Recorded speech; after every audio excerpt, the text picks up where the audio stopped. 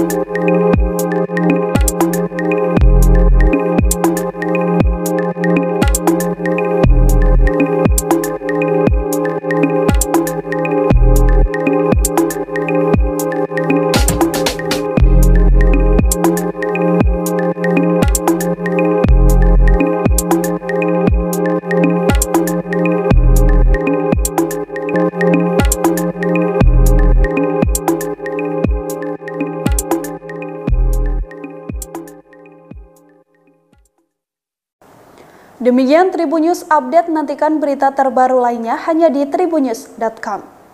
Terima kasih sudah nonton, jangan lupa like, subscribe, dan share ya!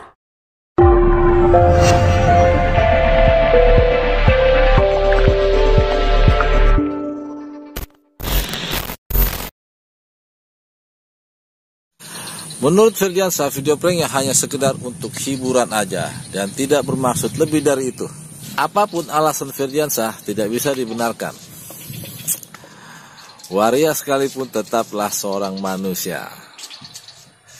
Setiap manusia harus dihormati kepribadiannya sebagaimana hak asasi manusia. Dan hak asasi manusia itu dilindungi oleh hukum.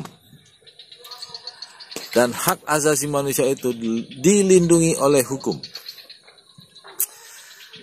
Karena menurut elit-elit parpol beserta makhluk-makhluk terhormat dan institusi tersuci, mereka semua setuju dan sepaham bahwa semua sama di mata hukum.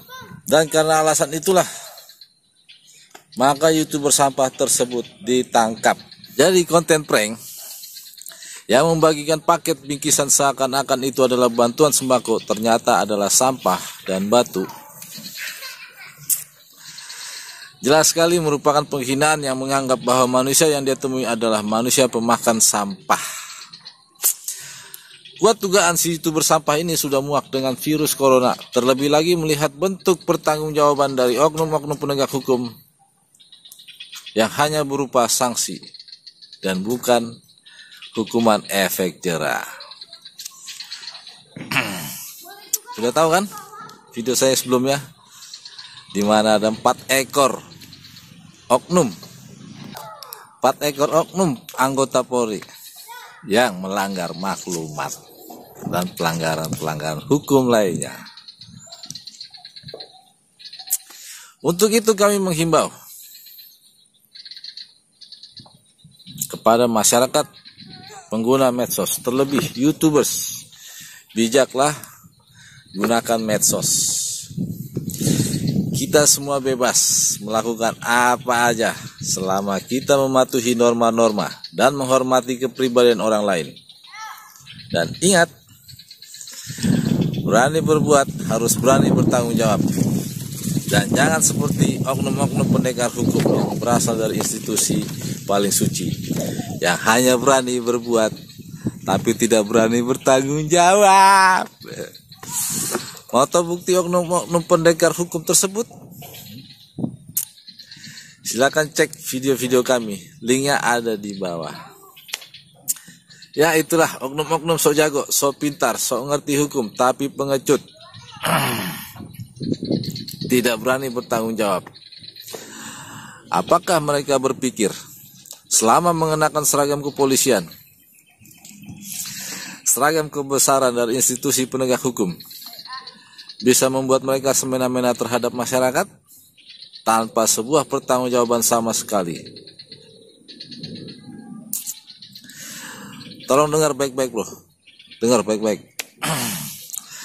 Hanya pertanggungjawaban yang membentuk kita menjadi dewasa. Hanya penegakan hukum, negara kita dihormati negara lain. Dan hanya efek jerak, hukum itu bisa ditaati dan bukan sanksi.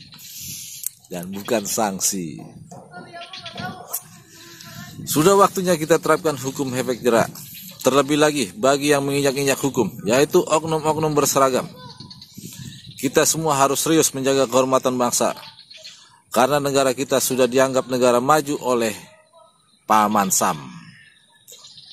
Apa nggak malu? Negara sudah dianggap maju, tapi tidak memiliki kehormatan. Salam efek jerak.